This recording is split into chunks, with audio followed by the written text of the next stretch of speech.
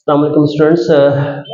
कल हमने ये चैप्टर नंबर 15 स्टार्ट किया था और इसके कुछ टॉपिक मैंने पिछले जो वीडियो मैंने रिकॉर्ड कराई उसमें मैंने लिखवाए थे, जिसमें galvanometer, ammeter, volt meter, multi range volt meter, multi range ammeter, ये मैंने कल आपको टॉपिक करवाए थे।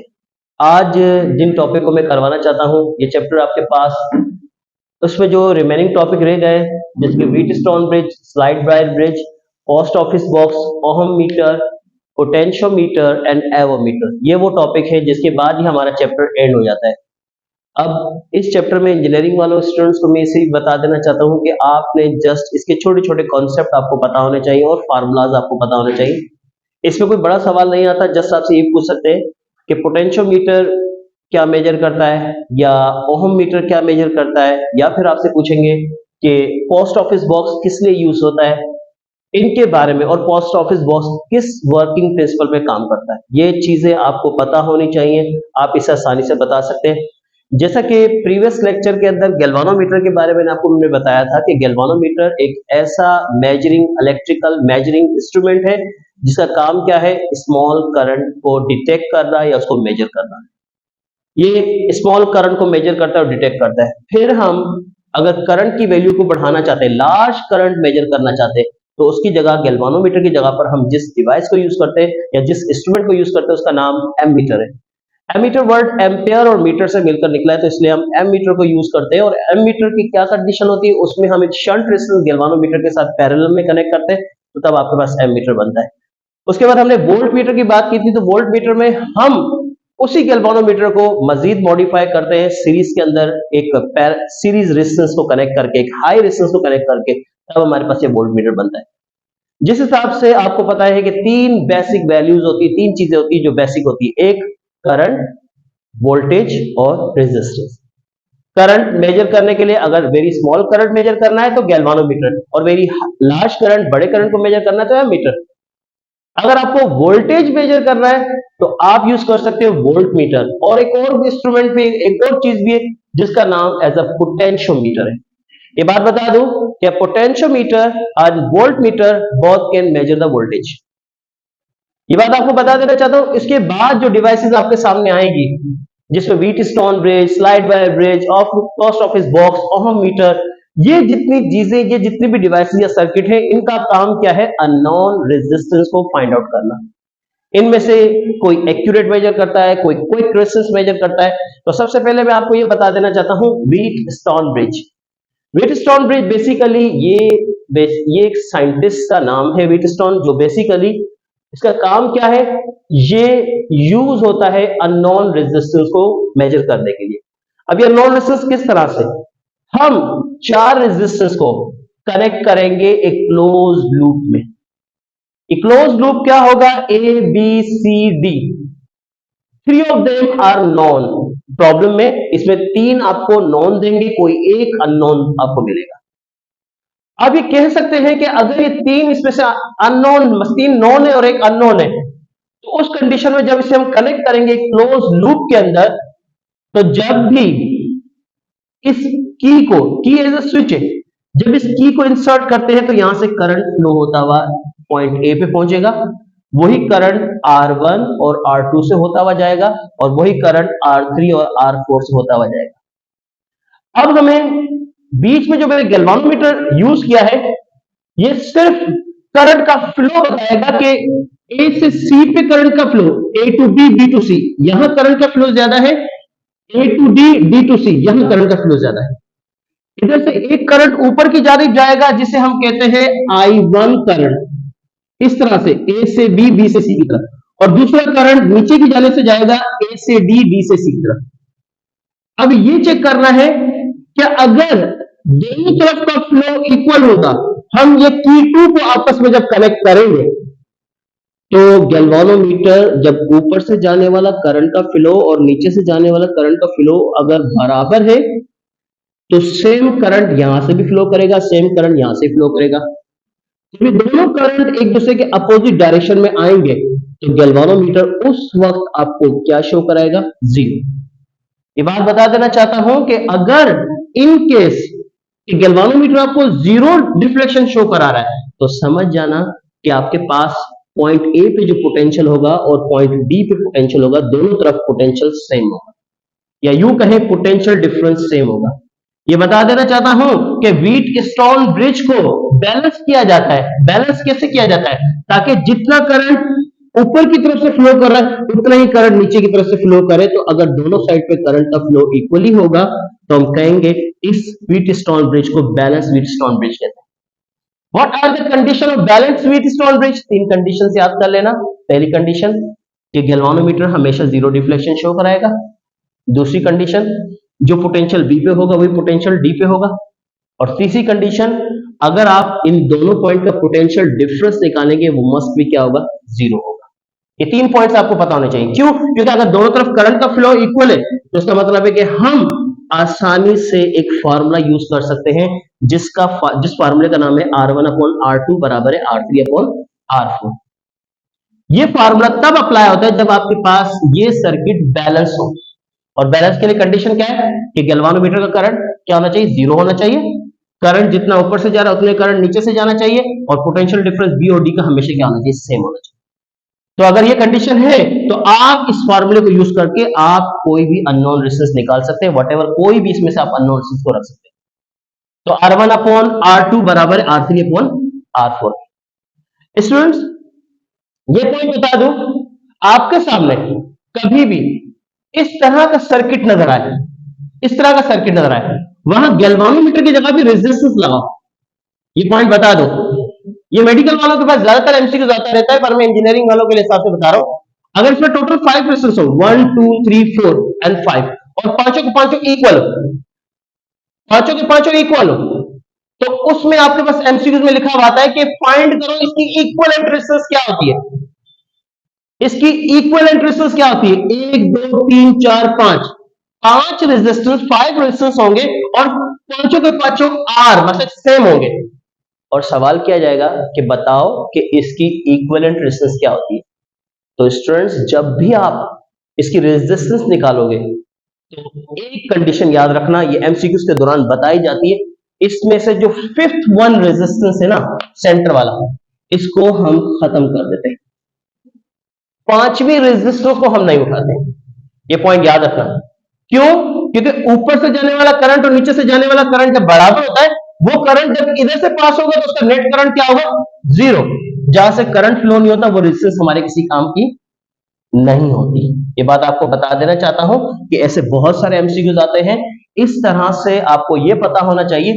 ये सर्किट मेडिकल वालों के पास, ये सर्किट कुछ इस तरह से आया था कि इस तरह से बना हुआ है, दो रेजिस्टेंस इस तरह से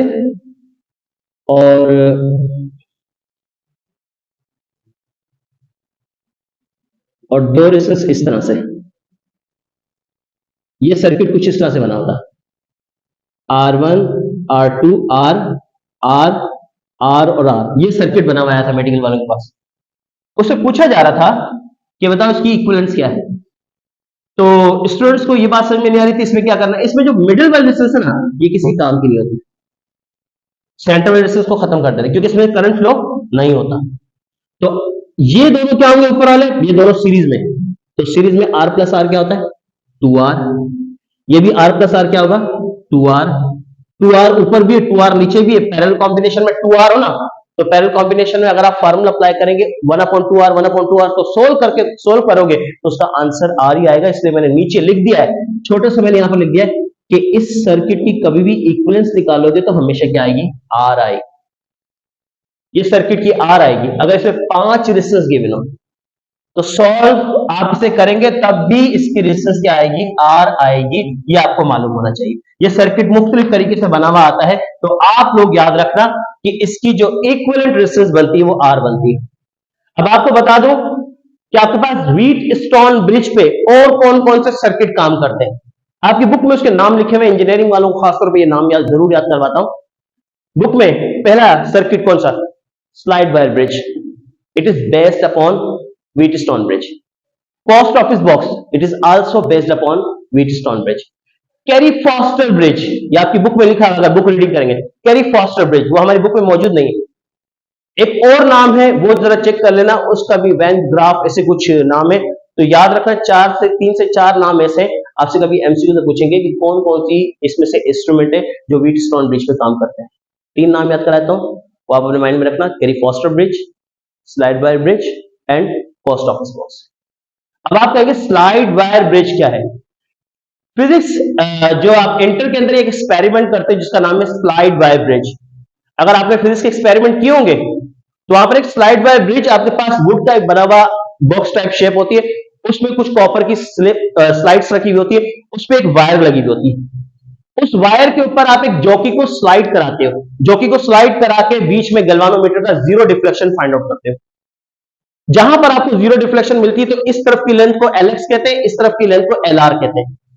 ये टोटल 100, इस ब्रिज के अंदर टोटल 100 सेंटीमीटर की एक वायर लगी हुई थी जिसको हम कांस्टेंट या मैग्नाइन कहते हैं। ये पॉइंट याद रखना, ये वायर होती है जिसकी कांस्टेंट रेजिस्टिविटी होती है, इसको हम यूज करते हैं आपके पास to determine the unknown resistance. Slide wire bridge में टोटल 4 रेजिस्टेंस इस्तेमाल नहीं होते, स्लाइड वायर ब्रिज में 2 रेजिस्टेंस इस्तेमाल होते हैं। एक होता है अननोन रेजिस्टेंस और दूसरा होता है नॉन रेजिस्टेंस। बट बाकी के जो रेजिस्टेंस होते हैं वो वायर की लेंथ को काउंट करते हैं कि इस तरफ लेंथ 40 सेंटीमीटर या 50 सेंटीमीटर है, इस तरफ लेंथ 60 सेंटीमीटर या 50 सेंटीमीटर है। सिर्फ उसमें उस जॉकी को स्लाइड करके वो पॉइंट ढूंढना पड़ता है जहां पर आपको करंट जीरो डिफ्लेक्शन देगा। क्यों? क्योंकि जीरो डिफ्लेक्शन का कॉन्सेप्ट हमने व्हीटस्टोन ब्रिज में पढ़ा है। जब तक जीरो डिफ्लेक्शन या नल डिफ्लेक्शन नहीं आएगी, याद रखना, जहां जीरो डिफ्लेक्शन या नल डिफ्लेक्शन नहीं आएगी तब तक आपके पास व्हीट स्लाइड वायर ब्रिज का एक्सपेरिमेंट होगा।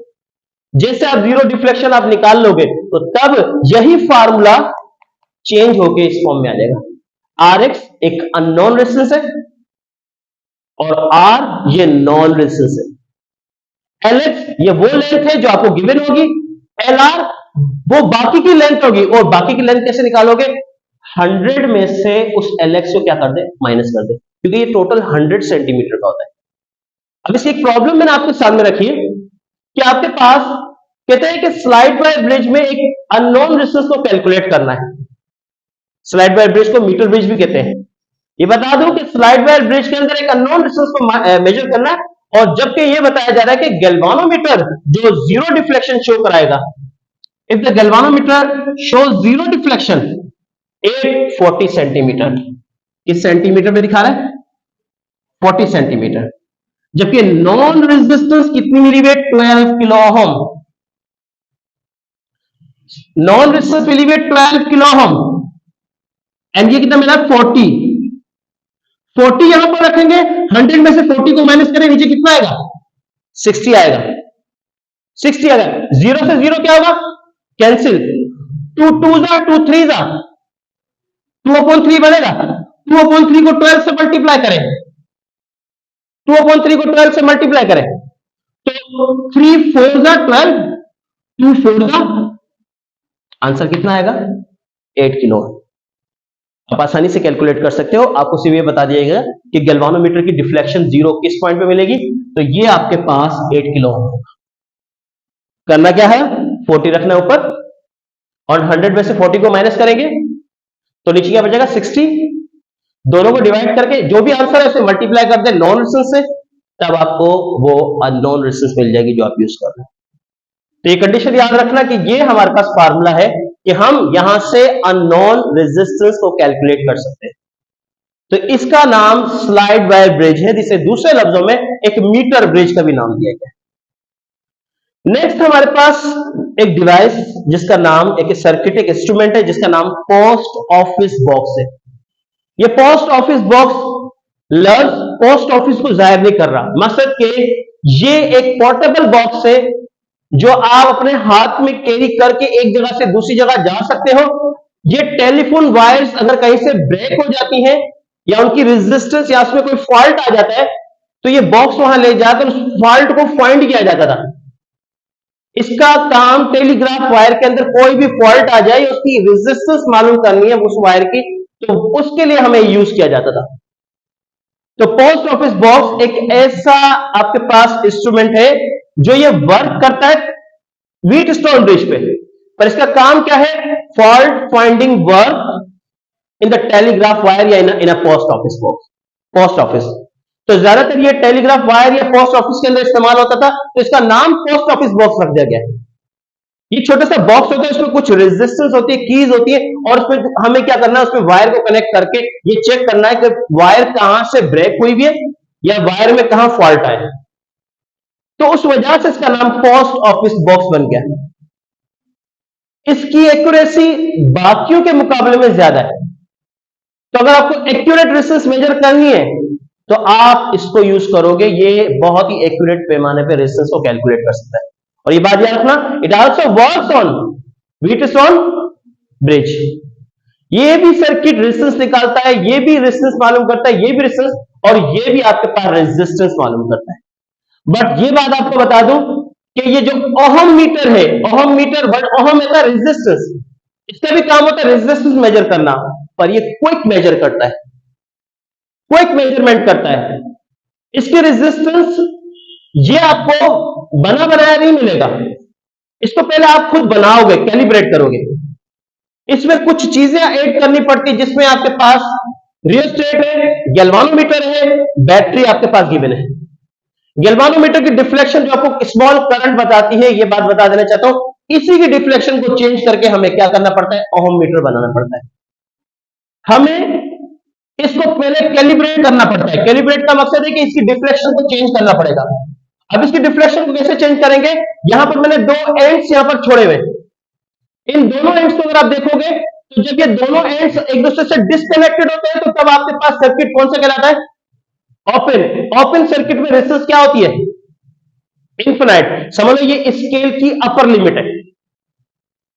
रेजिस्टेंस मेजर करने के लिए दो लिमिट्स होती है, हमेशा हर स्केल की दो लिमिट होती है, एक स्टार्टिंग और एक एंडिंग। तो याद रखना ये अपर लिमिट है और ये लोअर लिमिट है। जब आप इसको शॉर्ट सर्किट का मकसद है इन दोनों ए और बी को आपस में कनेक्ट कर दो किसी वायर से। जब आप इसकी दोनों रेजिस्टेंस निकाल सकते हो, लोअर लिमिट और अपर लिमिट, तो स्केल के लिए दो लिमिट्स चाहिए। अब इन दोनों लिमिट्स के दरमियान आप इसमें चंद रेजिस्टेंस लगाओगे जो पहले से नॉन है, पहले से मालूम है। 1 किलो ओम, अगर मुझे किलो ओम का बनाना है तो इसको मैं किलो ओम में चेंज कर सकता हूं। अगर मुझे मेगा ओम का बनाना है तो यहां पर मेगा ओम की रेजिस्टेंस लगाऊंगा। आपने तकरीबन 10 रेजिस्टेंस पानी है, 1 kilo ohm, 2 kilo ohm, 3 kilo ohm, आप यहां पर लगाते जाए और उस रेजिस्टेंस को लगाते जाए। यहां पर पहले वो नॉन रेजिस्टेंस लगाते जाएंगे, पहले 1 किलो ओम, डिफ्लेक्शन यहां पर आएगी, 2 किलो ओम, डिफ्लेक्शन यहां पर आ गई, 3 किलो ओम, डिफ्लेक्शन यहां पर आ गई, 4 किलो ओम, डिफ्लेक्शन यहां पर आ गई। इसका मकसद है कि कुछ सुइटेबल किस्म की रेजिस्टेंस आपने यूज करनी है, वो आप पर डिपेंड करता है, आप ओम की यूज करें, किलो ओम की यूज करें, मेगा ओम की यूज करें, आपने पहले अटैच करनी है वो रेजिस्टेंस जो आपके पास पहले से नॉन है। जब आप इन नॉन रेजिस्टेंस को कनेक्ट करके आप जब वैल्यूज आप इस गैल्वानोमीटर को सेट कर देते हो, सबसे सपोज आपके पास एक किलो ओम का रेजिस्टेंस है, आपने किलो ओम का एक ओम मीटर बनाया है। अब जब ये बन गया है तो उसके बाद आपके सामने कोई भी एक अननोन रेजिस्टेंस लेकर आए, सर ये रेजिस्टेंस कितने ओम की, जरा ये कैलकुलेट करके बताएं।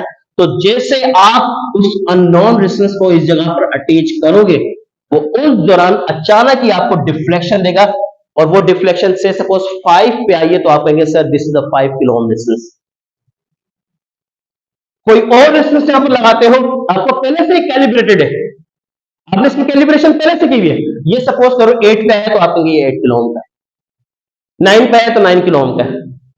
बट इसका मसला ये है कि 9 से ऊपर आ जाए या 8 और 5 के दरमियान आ जाए तो वो हम नहीं बता सकते, कि वो हमारे पास एवरेज लगाया जाएगा कि ये इतने किलो ओम हो सकता है।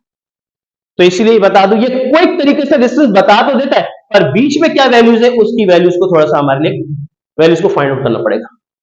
तो ये कंडीशन याद रखना कि ये जो है ना नॉन लीनियर स्केल है, ये एक पूरी की पूरी रीडिंग आपको शो नहीं करेगा। अगर आपके पास 6 और 5 के दरमियान आ गया, 5 और 6 के दरमियान आ गया, तो फिर उसके लिए आपके पास अंदाजा लगाना पड़ेगा 5.6 किलो ओम, 5.2 किलो ओम, एक अंदाजे के तहत, पर वो एक्यूरेट नहीं पता चलेगी। तो ये कंडीशन याद रखना, ये क्विक मेजरमेंट के लिए यूज होता है, तो इसलिए हम ओम मीटर यूज करते हैं। अब आते हैं पोटेंशियोमीटर। पोटेंशियोमीटर की जरूरत पड़ी क्यों? पोटेंशियोमीटर, सर वोल्ट मीटर तो पोटेंशियल डिफरेंस मेजर करता है बिटवीन 2 पॉइंट्स, बट अगर हमें किसी बैटरी का ईएमएफ को कैलकुलेट करना है कि एक बैटरी का ईएमएफ क्या है, कोई भी अननोन बैटरी का ईएमएफ, मेरे पास घर पे एक सेल रखा हुआ है, सवाल कर रहा हूं कि ये इस सेल का ईएमएफ क्या होगा, तो इस सेल के ईएमएफ को मालूम करने के लिए मुझे जिस चीज को यूज करना पड़ेगा उसका नाम है पोटेंशियोमीटर, जिसे दूसरे लफ्जों में पोटेंशियल डिवाइडर कह सकते हैं। ये बात आपको बता दूं, पोटेंशियोमीटर का काम क्या है? पोटेंशियल डिफरेंस मेजर करना बिटवीन टू पॉइंट्स। और इसका काम क्या है? किसी भी बैटरी के ईएमएफ को मेजर करना, अननोन ईएमएफ ऑफ। और इसका नेक्स्ट काम क्या है? ये किसी भी बैटरी, दो बैटरीज के ईएमएफ को कंपेयर कर सकता है या दो सेल के ईएमएफ को कंपेयर कर सकता है। इधर मैंने ये दो सर्किट बनाए हुए हैं। पहले सर्किट का काम क्या है कि इसमें ये बैटरी आपके पास नॉन है, से सपोज 6 वोल्ट या 5 वोल्ट या 8 वोल्ट, ये आपके सामने गिवन है। और ये बैटरी आपके पास क्या है? अब आपके पास ये अननोन है। मैं थोड़ी देर के लिए आपको बता रहा हूं ये अननोन कितने वोल्ट की है। अननोन होगी सपोज करें 2.5 वोल्ट की, 2.5 वोल्ट की। ये EX 2.5 वोल्ट, ये अननोन है। ये जो पॉइंट आपको नजर आ रहा है, जब मैं यहां पर इसको यहां पर रखता हूं तो गैल्वानोमीटर पर डिफ्लेक्शन होती है। जब मैं इसको इधर ले आता हूं, इधर ले आता हूं, इधर ले आता हूं, इस पॉइंट पे ले आता हूं, तो तब गैल्वानोमीटर की डिफ्लेक्शन क्या हो गई? जीरो हो गई। ऐसा क्यों जीरो हुआ पता है? इसलिए क्योंकि ये 2.5 वोल्ट, 2.5 वोल्ट ऊपर से जब आप इसे कम कर रहे हो तो उसके 6 वोल्ट में से भी इसका 2.5 वोल्ट यहां बनता है, मतलब दोनों तरफ का। अब इसका यहां पर 6 वोल्ट काउंट नहीं होगा। जैसे जैसे आप लेंथ कम करते जाएंगे तो वहां उसका वोल्टेज भी यहां पर कम होना शुरू हो जाएगा, कम होना शुरू हो जाएगा। एक ऐसा पॉइंट आएगा कि इसके 2.5 वोल्ट, इसके 2.5 वोल्ट आपस में कंपेयर हो जाएंगे, तब आपको कहेंगे कि सर आपके पास ये वोल्टेज आपका मेजर हो जाएगा। ये बात आपको बता देना चाहता हूं कि एक ऐसी कंडीशन आएगी कि इसमें से कोई एक ऐसा पॉइंट होगा कि इसका वोल्टेज इसके वोल्टेज के साथ कंपेयर हो जाएगा, तो वो वोल्टेज आपका इस बैटरी का वोल्टेज होगा। अब ये कहना चाहता हूं कि कैसे कैलकुलेट करेंगे। ये जो आपके पास ईएमएफ है, सपोज करो 6 वोल्ट है, ये ईएमएफ 6 वोल्ट है, और ये जो वायर की लेंथ है, ये वायर की लेंथ है, ये 200 सेंटीमीटर है। अच्छा यहां पर बता देना चाहता हूं कि वायर की लेंथ एग्जैक्टली 100 सेंटीमीटर नहीं हो सकती, ये 200 सेंटीमीटर भी हो सकती है, 400 सेंटीमीटर भी हो सकती है, और आपके पास 800 सेंटीमीटर भी हो सकती है। सिर्फ इसमें जो आपके पास एलआर था उसको 100 में से माइनस करना पड़ता है, क्योंकि ये नाम इसका मीटर ब्रिज है। मीटर ब्रिज इसलिए क्योंकि इसमें 1 मीटर की वायर यूज होगी। 1 मीटर का मतलब है 100 सेंटीमीटर, बट एक पोटेंशियोमीटर में 1 मीटर की वायर यूज नहीं हो सकती। It may be 200 centimetre, 400 centimetre, 800 centimetre. क्यों? क्योंकि जितनी ज्यादा आपके पास लेंथ बड़ी होगी इसकी एक्यूरेसी उतनी ज्यादा होती जाएगी। तो ये पॉइंट बता देना चाहता हूं, और एक्यूरेट तरीके से आपको ये वोल्टेज कैलकुलेट करके बताएगा। तो आप यहां पर कैलकुलेट कर सकते हो किसी भी अननोन बैटरी या सेल का EMF by the help of this formula. आपने उस लेंथ को टोटल लेंथ से डिवाइड करना है। यहां आपने टोटल लेंथ नहीं यूज की, यहां 100 में से उस एलएक्स की वैल्यू को माइनस करके तब आप आंसर निकाल लो। यहां पर किसी भी वैल्यू को माइनस नहीं करना, यहां पर आपने जो लेंथ आपके पास आई उसे टोटल लेंथ से डिवाइड कर देना है, इसमें किसी चीज को माइनस नहीं करना। यहां टोटल लेंथ से डिवाइड करके उसका जो भी रेशियो का आंसर है उसे मल्टीप्लाई कर दे ई से, तब आपको बैटरी का ईएमएफ मिल जाएगा। इसमें और इसमें यह फर्क है कि इसमें 100 में से एलएक्स की वैल्यू को माइनस करना पड़ता है। जैसे अगर ये 40 है तो ये 60 होगा, ये अगर 60 है तो ये 40 होगा। बट यहां पर अगर ये 40 है, अगर ये 40 है तो ये 60 नहीं होगा, ये 100 का 100 कहलाएगा। ये टोटल लेंथ है, देन आप इसका रेशियो इससे मल्टीप्लाई करोगे तब जाकर EX मिल जाएगा। सेम इसी तरीके से मैंने लिखा है कि it also compare the EMF of two source. दो सोर्सेस के ईएमएफ को आपस में कंपेयर कर सकता है। Now in the next diagram यहां पर दो बैटरीज आपको मैंने दिए, दो सेल आपको मैंने दिए, एक EX और एक ES। इधर आपने क्या करना है, EX के लिए इधर मैंने जो आपके पास यहां पर जो चीज कर रखी है इसे कहते हैं टू वे की, इसे कहते हैं टू वे की। टू वे की का मतलब है कि पहले जब मैं इसको यहां पर कनेक्ट करता हूं तो इसकी डिफ्लेक्शन मुझे यहां पर मिलती है LX, ये पॉइंट C है, और जब मैं इसको इसके साथ कनेक्ट करता हूं तो इसकी डिफ्लेक्शन मुझे यहां पर मिलती है C डैश। ये पॉइंट मैं आपको बता देना चाहता हूं कि आप जब इन दोनों पॉइंट को कनेक्ट करते हो, पहले EX की बैटरी के साथ कनेक्ट करते हो तो उसकी लेंथ LS आई, फिर ES की बैटरी के साथ कनेक्ट करते हो उसकी लेंथ LS आई। आपने जब इन दोनों लेंथ को आपस में डिवाइड करोगे तो आपको यहां पर रेशो मिल जाएगा 1:2, 2:3, 3:1। इससे पता चलता है कि इन दोनों बैटरी में से सपोज करो ये EX है और ये ES है, ये EX और ये ES है। EX अपॉन ES का आंसर आया 1:2। 1:2 का मतलब है कि जो EX का जो वोल्टेज है ये ES से डिवाइड कर रहा है, यहां पर क्या करेगा मल्टीप्लाई। तो आप कहेंगे सर EX का जो वोल्टेज है ES के मुकाबले में 1/2 है। 1/2 का मतलब है कि अगर ES 4 वोल्ट की है ना तो EX कितने वोल्ट की होगी, 2 वोल्ट की होगी। इसमें सिर्फ रेशियो बता सकते हो कि कौन सी बैटरी ज्यादा वोल्टेज रखती है और कौन सी बैटरी कम वोल्टेज रखती है, तो रेशियो की मदद से आप निकाल सकते हैं। अब नेक्स्ट एवोमीटर। फाइनली हम अलग अलग इंस्ट्रूमेंट यूज कर रहे हैं वोल्टेज को निकालने के लिए वोल्ट मीटर, करंट को निकालने के लिए एम मीटर, रेजिस्टेंस को निकालने ओम मीटर। क्या ऐसा कोई डिवाइस नहीं है जहां तीनों एक ही साथ एक ही जगह पर यूज हो? अलग अलग डिवाइस खरीदने के बजाय हम एक ही जगह पर ये तीनों यूज करें, तो याद रखना उस टर्म को हम एवोमीटर कहते हैं। एवो एम्पियर, वोल्टेज एंड ओम। ये multi range ammeter, multi range volt meter, multi range आपके पास ओम मीटर है। वैसे कि multi range ammeter, volt meter and आपके पास क्या होगा ओम मीटर इसमें यूज होता है। इसको हम यूनिवर्सल मीटर कह सकते हैं। ये एट अ टाइम आपके पास करंट भी निकाल सकता है, देख सकता है, रेजिस्टेंस भी निकाल के दे सकता है और उसके साथ साथ वोल्टेज भी निकाल के दे सकता है।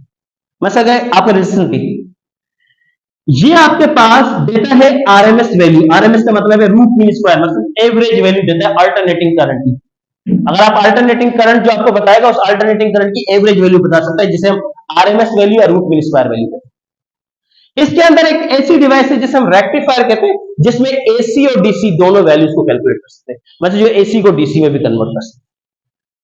तो ये आपके पास कुछ इंस्ट्रूमेंट्स थे जिसके बारे में मैंने आपको बता दिया कि एवोमीटर तीनों चीजें कैलकुलेट कर सकता है, ओहममीटर रेजिस्टेंस निकाल सकता है और slide bye bridge, post office box या व्हीटस्टोन ब्रिज, इनका काम क्या है अननोन रेजिस्टेंस निकालना। तो यहां पर हम अपना लेक्चर खत्म करते हैं, ये चैप्टर हमारे यहां पर एंड होता है। सही स्टूडेंट, ओके।